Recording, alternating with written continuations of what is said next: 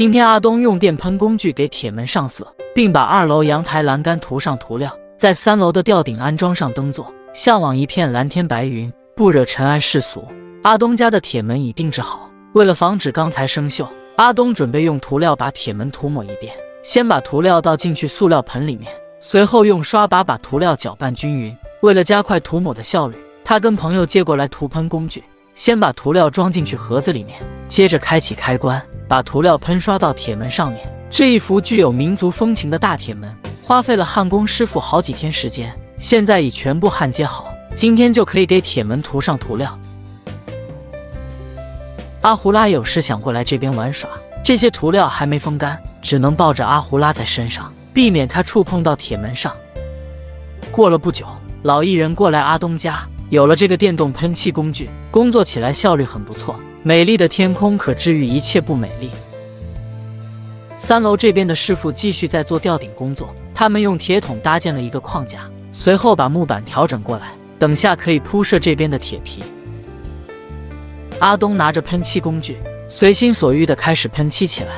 师傅站在木板上面，他们一起托起这个铁皮，两人在调整一个最佳铺设位置。右边的师傅拿着电钻，准备把螺丝固定上去。3楼这边的吊顶工作已完成的差不多，就剩下这个空缺位置。门口这边的师傅，他把泥沙均匀铺设开，随后把水泥倒下去。阿东把涂料装进去盒子里面，每隔10多分钟就过来这边装涂料，接着再倒入一些化学剂，主要是为了加快涂料的风干速度。现在过来大门口这边，把这面铁门涂抹上涂料。这个位置是生铁材质，需要涂抹上这种防锈涂料。阿东7、8、9下就把表面涂抹的差不多。这边的泥瓦工师傅，他把水泥搅拌均匀，等下再倒水进去搅拌。米拉在煤气炉这边烧热水，准备给师傅们泡杯热茶。生活不是选择，而是热爱。米拉很热爱自己的家庭，每天给家人师傅们制作美食。他把热羊奶装上来，阿东把餐布铺设开，随后把烤饼拿过来。师傅们在讨论接下来的工作安排。米拉把热羊奶端出来，师傅们先吃下点心，吃饱之后，阿东继续过来大门这边上漆。过了不久，有亲戚过来阿东家做客，阿东先过去打下招呼，米拉过来门口这边迎接他们，并叫他们过来屋内喝茶。阿东把喷漆工具搬到门口这边，继续在调配着涂料，等下把立柱的门神以及花坛涂上涂料。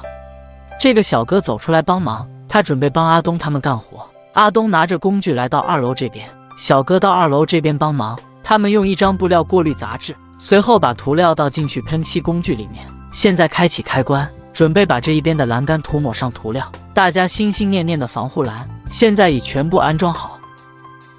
阿东先从左边位置开始涂上涂料，采取这种通风的栏杆，2楼室内的通风透气会更加好，并与楼梯的栏杆形成一个整体。小哥拿着喷漆工具帮忙把涂料喷上去。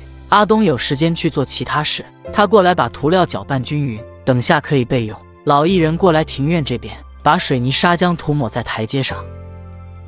米拉在厨房这边切水果，把梨子的外皮去掉。亲戚过来帮忙泡了几杯茶水，等下和水果一起拿到工地这边。生活就是连着的点点滴滴，要学会在每一个点滴中找到感恩和开心。米拉他们很感恩。师傅过来帮忙建造房子，阿东准备把这边的楼梯扶手涂抹上涂料。从这边看到阿东家的庭院，师傅们正在按部就班干活中。这一边的师傅拿着钢材在比划着，随后拿着钉子在做切割路线。米拉他们在厨房这边炒菜。怀孕了好几个月的米拉，她感到干活一天比一天劳累，可她做饭起来还是乐此不疲的。家里的家务她是一把手，期间有亲朋好友过来帮忙做饭，这样她就会轻松一点。小男孩过来厨房这边，他对这些煤气开关很感兴趣。阿东把一整瓶涂料搅拌一下，这是另外一种颜色的涂料。搅拌均匀之后，继续用一块布来过滤一下。随后小哥把涂料涂抹在花坛上。在他们当地的装修风格，没有固定的风格，自己觉得好看就装修什么样的房子，不用在乎别人的眼光。阿东过来门口这边，把立柱上的门神涂抹上这种颜色。现在先把整面墙体涂抹上这种涂料，趁着风干时间，阿东来到花坛这边，沿着花坛围墙继续涂抹上去。这个味道有点刺鼻，阿东用衣服包裹着自己的鼻子。这边的师傅来到庭院，把水泥砂浆涂抹在台阶上。阿东沿着花坛继续涂抹上去，会继续喷漆到大门口那里。师傅用工具在水泥上做图案，刻画出不同规格的图形。米拉抱了一堆柴火出来，接着把煤油倒进去，等下就可以点火烧柴。阿东过来，另外一根立柱，把涂料涂抹到门神上面。妹妹今天过来帮忙，她把茶水倒进去杯子里面。生活有时是苦的，要学会给自己加糖。这个亲戚帮忙把肉块穿插到铁棒里面。妹妹过来洗碗池这边冲洗着勺子，家里大大小小的叉子有几十只。米拉把食盐洒落在昆肉上面。今天的阳光很舒服，把烧烤炉放在外面烧烤，空气中弥漫着涂料的味道，还有酥香的肉味。师傅他们站在围墙上面，他一手拿着电钻在干活，一手扶着铁柱，把剩下一点位置填补上铁皮。米拉坐着地板上面，把烤肉这些拿出来。姑姑过来帮阿瑟娜梳理头发，今天还给她冲洗头发，这样梳理起来就方便很多。今天来了很多亲戚，他们过来帮忙做家务，这样你拉他们会轻松一点。把地毯这边打扫干净之后，他们把饭菜这些端过来。越来越感受到阿东的亲友越来越多，每次做饭要消耗好几斤大米。小哥把米饭装上，师傅们开心地吃了起来。吃饱之后，亲戚们有事先回家，阿东他们过来门口这边送别他们。3楼这边的吊顶就剩下这一点空间还没安装好。阿东拿着电喷工具来到屋后花坛这边，把涂料涂抹到围墙上面。玩了一整天的阿胡拉，他感到很疲惫，在地毯这边开始睡了起来。米拉拿过来一张毛毯盖在阿胡拉身上。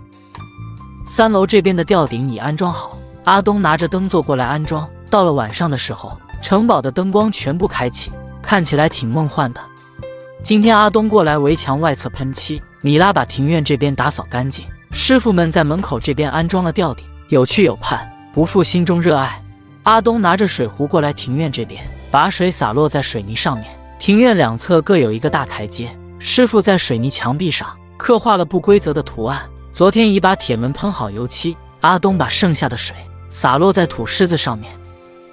阿胡拉在地毯这边睡着了，孩子们玩累了就待在一起睡觉。阿东拿着喷漆工具来到庭院外墙这边，他站在化粪池上面，把这种涂料喷在墙壁上。阿东一手抓住砖墙，一手拿着电喷工具在喷漆中。这一边的斜坡很陡峭，阿东准备把这面墙壁涂上这种涂料。他觉得外墙涂上这种米黄色，整座城堡看起来更加好看。他沿着狭小的站位空间一直涂抹下去，脚下的碎石多少还是有点滑的，真怕一失脚摔倒下去。有了这个电喷工具，干活起来效率快很多。围墙这边预留了2个排水口，师傅站在木板上面，他拿着冲击钻在清理水泥结块。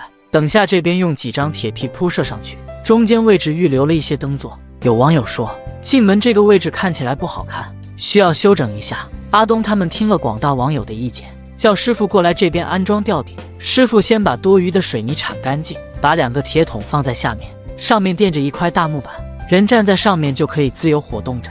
横梁上面有些水泥凸出来，师傅拿着工具在打磨着，等下铺着铁皮才会平坦。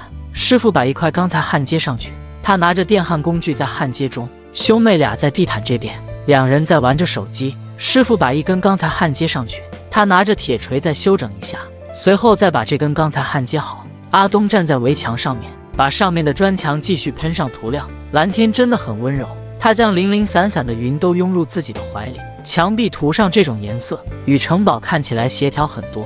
米拉过来庭院这边打扫卫生，他用一个铁盆来装建筑垃圾，随后倒在庭院外侧。米拉拿着扫把把泥沙扫到一起，接着拿着铁铲把泥沙铲上来。庭院这边有很多泥沙，这个清理干净也是不容易的。米拉虽然怀孕好几个月，可她干活的手速挺快的，把地上这些泡沫扫到一起，随后拿过来铁盆过来装泥沙。阿瑟呢光着脚走过来，他拿起扫把想要帮妈妈一起干活，把台阶上面的泡沫扫下来。地板上面沾了一层泥土，到时需要用水清洗一遍。米拉来到花坛这边，把地上这堆泥沙铲进去。两边师傅继续在门口这边安装吊顶，他们计划在左右两边安装几根钢材，到时再把铁皮固定上去。米拉沿着地板扫地下去，已来到门口这边，地上的泥土很多，整个场景是尘土飞扬的。米拉先把这些泥土统一收集到一起，随后再用铁铲装上来。门口这边，师傅铺设了这种台阶，中间还做了一些树头的造型。不是生活有意思，是你热爱它才有意思。每天做着这些家务，很累很枯燥，可米拉真心喜爱这个家，她感觉所有的付出是值得的，每天抱着热爱生活的心态去生活。师傅们拿着尺子在测量着，准备把这块铁皮安装到天花板上面。阿东沿着外墙一直在喷漆下去，之前阿胡拉就是从这个位置摔下去的。阿东他们认为有必要叠高围墙，师傅拿着小刀在刻画线条，接着拿着割刀开始切割起来。阿东干活的效率很快，一块要把这面围墙喷漆好，他时刻要注意脚下的站位，看着很危险，实则一点都不安全的。兄妹俩过来帮忙，他们把泥沙装进去铁桶里面。小贝费了9牛2虎之力，才把这桶泥沙拖到门口这边。米拉在给阿胡拉零食，阿胡拉手里拿着坚果在吃起来。只见小贝拿着铁铲，把泥土铲进去铁桶里面，他还干得有模有样。阿胡拉坐在地板这边，他拿着泡沫板耍起来。爸爸在外面干活着，这边米拉一人要照看着3个孩子。师傅把这块铁皮拖起来，随后贴在天花板上面，调整最佳角度之后，师傅拿着电钻准备把螺丝打下去。另外一名师傅托起这块铁皮，他们在配合着干活。入口处这边每次一进门就看到泡沫，现在用铁皮来做吊顶，看起来简洁又美观。2楼阳台安装了这种铁栏杆，与楼梯看起来很协调很美观。兄妹俩来到庭院外侧，他们把地上的泡沫捡起来。小贝用一个塑料筐来装垃圾，他们准备把这些建造垃圾收集起来，到时再统一焚烧掉。此时有2只羊走过来，阿瑟那都不怕羊的，直接过去与他们玩耍。阿胡拉过来这边捣乱着，把这些泡沫捏碎。小贝他们把泡沫放在一起，他叫弟弟把泡沫拿过来，接着倒上煤油开始点火燃烧干净。小贝作为老大，他从小就很懂事，总是帮着父母做事。随后他托起弟弟开到庭院这边，这一边的师傅一块把吊顶安装好，沿着刚才一直打下去螺丝，你拉过来厨房这边做饭，把大米淘洗干净。家里的冰箱虽然有点老旧，但是还能凑合着用。米拉把大米倒进去铁锅里面，随后开始搅拌起来。他把一只鲲从冰箱拿出来，随后开始对切一半。米拉把这只鲲拿到水龙头这边清洗干净。师傅这边继续在打螺丝，中间位置预留了一个灯座，剩下一点空缺位置。师傅们准备找一块细长的铁皮铺设上去。米拉把几块木头放在烧烤炉上面，接着倒上煤油，等下就可以点火燃烧。阿东过来围墙外侧，沿着砖墙继续喷漆下去。按照这个工作进展，今天可以把这个喷漆工作完成好。师傅把一块3角形铁皮放在天花板上面比划着，接着用割刀再修整尺寸。米拉把肉块穿插起来，小贝拿着手机坐在地板上面，阿胡拉在地毯这边玩着胶球。现在的阿胡拉一人也能玩得很开心。过了不久，米拉把肉串拿出来，接着放在烧烤炉上面。阿东站在围墙上，把上方的墙壁涂抹上涂料。米拉蹲在地板上，时刻要翻转着肉串。到了饭点时间，米拉把米饭搅拌一下，阿东他们先过来吃饭。吃饱之后，师傅们过来这边安装吊顶，就剩下这点空间还没安装好，先把刚才焊接上去，再切割合适的铁皮。他们把铁皮拖起来，一人拖着铁皮，一人快速的打上螺丝。阿东拿着螺丝刀把电线连接起来，准备把这个灯座安装上去。入口处安装这个吊顶，看着整个天花板很整洁。师傅在上面安装一个遮雨棚。趁着下雨天，阿东他们把庭院这边清洗一遍。米拉过来洋屋铺设稻草杆，阿东把路上的落石搬到一边。世间所有美好都恰逢其时。今天小山村这边下起了小雨，烟雾笼罩在这荒野上，下了这场及时雨，刚好可以把地板这边清洗一下。雨水淅淅沥沥的下个不停。昨天米拉把庭院这边打扫得很干净，今天准备用清水冲洗着，谁知道今天却下起了雨。这边冬天的季节，雨水还是比较多的。花坛这边种植了好几种植物，正在吸收雨水的滋润。来到3楼的阳台上，可以看到整个小游牧村的全貌。前面就是弟弟欧文的新家。米拉过来3楼这边，拿着扫把把地上的泥土扫到一起。3楼用铁皮做了吊顶，可以防止整个大凉棚被大风吹走。现在外面还在下着雨，米拉先把这些泥土扫到这个角落。阿东拿着水管在洒水，把地板上面的淤泥冲刷掉。他一手拿着水管在洒水，一手拿着扫把在扫地。这时小贝拿了水桶过来，他拿着铁铲把地上的泥土铲上来。他真的是一个很懂事的孩子，总是抢着帮父母干活。阿东沿着围墙继续再洒水下去，把地板上面的淤泥冲刷到小贝那个位置。小贝拿着铁铲用力地铲起淤泥。今天下了这场冬雨，气温还是有点低的。小贝穿着拖鞋在干活中，水浸泡到脚跟这边，多少还是让人感到寒冷的。现在父子俩在加快节奏，早点把3楼这边清扫干净。他们计划先从3楼开始打扫，最后打扫到庭院地板上。小贝先提起这桶淤泥，把水桶放在围墙上面，接着继续把淤泥铲进来。现在阿东来到2楼阳台这边，他拿着水管在打扫这边的地板。这个位置有很多建筑垃圾，阿东拿着扫把在快速的清理中。这时米拉走过来，她拿着扫把帮着丈夫打扫着地板。他们家里没有备用雨衣、雨伞这些，这么多年来都习惯淋着雨干活。夫妻2人配合着干活，很快把这边打扫干净。现在他们沿着楼梯，把每一个步梯都打扫一遍，把简单的事物当作生活的乐趣，那么充实快乐便随之而来。很快来到大门这边的入口处，他们先从门口这边开始清理，把泥沙扫到地板这边。大冬天的，米拉还穿着拖鞋在干活。此时山区这边打了好几个冬雷，阿东他们趁着这场雨水，把整个庭院的地板清洗一遍，可以起到事半功倍的效果。这些石板上面沾了很多泥土，阿东拿着水管在清理中。米拉没有穿雨衣，任凭雨水洒在自己的脸上，头上的围巾只能起到保温的作用。过了不久，这雨水越下越大，此时他们还不想回去避雨，趁着这么大的雨，把庭院台阶这边清洗干净。阿东又叫妻子先去避雨，可米拉干活喜欢一鼓作气，赶快趁着这场大雨，可以把庭院这边打扫得干净一点。阿东赶紧叫妻子上去避雨，等雨停再出来干活。现在阿东自己一人在庭院这边洒水，把泥沙冲刷到大门口这边。他拿着扫把在扫去泥土，往门口的方向去打扫着地板。有些水泥结块，需要用工具铲除几下。阿东认为把地板这边的泥土扫掉，等下让雨水冲刷着地板。他拿着镐头把台阶这边清理一下，把多余的水泥结块铲干净。庭院这边的土狮子沐浴冬雨之后，看着还有几分威严的神态。阿东拿着镐头继续在清理水泥地板。今天这场大雨帮阿东他们解决了很多问题，相信明天放晴之后，整座城堡会焕然一新。小贝走过来叫爸爸回去屋内避雨。此时外面一直在打雷中，阿东身上很多位置已经湿透了，多少还是有点冷的。可以发现他的鞋子破了一个很大的洞。现在的他很感恩身边的人，这座城堡付出了很多心血。他现在站在庭院这边干活，淋着这湿冷的雨水，可他内心感觉还是挺温暖的。继续过来屋后这边打扫着地板。阿东拿着扫把快速的在扫去泥沙。现在拿了2块地毯过来清洗一下，放在排水口这边，任雨水冲刷着。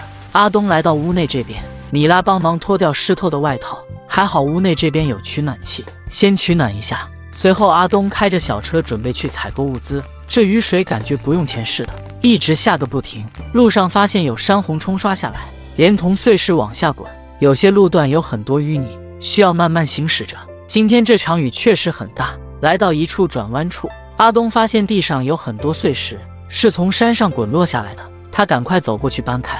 这个位置是转角处，需要马上清理掉这些石头。他沿着公路前进，把地上的石头搬到一边。这片区域汇集了很多石头，阿东在争分夺秒地搬开石头，把道路清理干净。等下有车辆开过来就没有安全隐患，这一点还是要给阿东一个赞的。搬完石头之后，阿东整个人感觉好疲惫，还差点摔了一跤。这片区域看起来还是比较危险。搬完石头之后，阿东继续往前面出发。好家伙，这一段位置又发现有碎石，他又停车下来把石头搬开。阿东始终相信，帮助别人就是在帮助自己。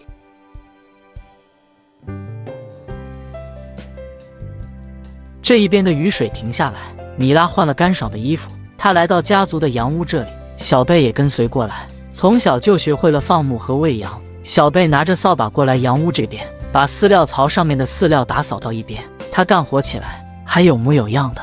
羊群躲在屋檐下面避雨。米拉拿着尼龙袋来到仓库这边，装了2袋饲料，准备过去羊屋那边喂羊。米拉把饲料倒下去，小贝把旧的饲料装进去铁桶里面。米拉把铁桶搬到隔壁羊屋上。